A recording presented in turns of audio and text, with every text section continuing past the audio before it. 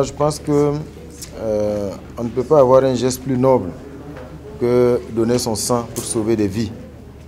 Et je pense que la plus grande satisfaction que l'on puisse tirer, c'est quand on pense que le sang qu'on donne va sauver un enfant, va sauver une épouse, une mère, va sauver peut-être un soldat blessé, un accidenté. Et c'est la plus grande satisfaction qu'on puisse avoir. Le chef de l'État, le camarade capitaine Ibrahim Traoré, a donné l'exemple l'année dernière. Et je pense qu'à sa suite, le gouvernement également, en tout cas, se fait donc le devoir et le plaisir de donner également son sang pour accompagner les actions de collecte de ce liquide précieux en cette période. Parce que comme vous le savez, dès que les pluies s'installent, il y a plus de cas de paludisme, il y a plus de cas de dengue, qui sont autant de maladies qui souvent requièrent pour pouvoir sauver le patient qu'il y ait donc une transfusion. Et il y a bien sûr le sang et tous les produits sanguins. Donc c'est au-delà donc du geste inviter tous les Burkinabés à donner de leur sang. Vous savez, le sang, on ne peut pas l'acheter, on ne peut pas le produire, on ne peut pas le fabriquer. Donc la seule option, c'est que chacun, tous ceux qui sont en condition de donner un peu de leur sang pour sauver des vies, qu'ils n'hésitent pas, parce que c'est par ce geste-là également que nous exprimons notre humanité, notre fraternité, notre unité d'action et surtout notre volonté de faire en sorte que chaque Burkinabé puisse être une solution pour l'autre. C'est d'autant plus important actuellement, nous avons nos combattants également qui sont en première ligne, qui remportent des victoires et qui entretiennent en nous tous les jours l'espoir d'une victoire certaine.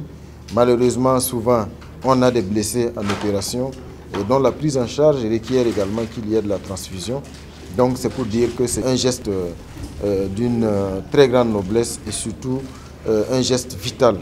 Cet événement d'aujourd'hui, j'allais dire, vient comme une piqûre de rappel.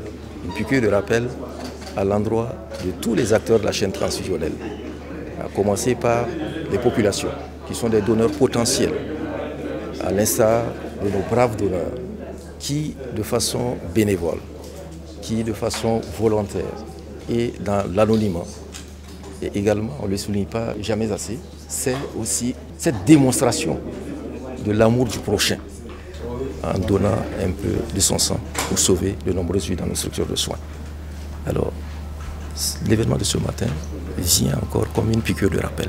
Une piqûre de rappel à l'endroit de toutes les associations, tous les partenaires au don de sang, qui se battent inlassablement pour la sensibilisation et la mobilisation de nos populations.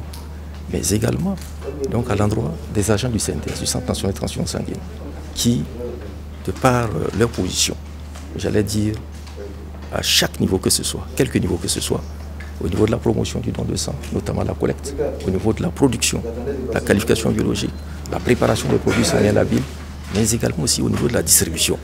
C'est cela. Parce que nous avons la distribution nominative, la distribution non nominative, mais également aussi donc à l'endroit des utilisateurs, que sont les cliniciens, notamment pour qu'ensemble, dans une synergie d'ensemble, nous puissions donc rendre disponibles ces produits sanguins labiles partout où besoin sera.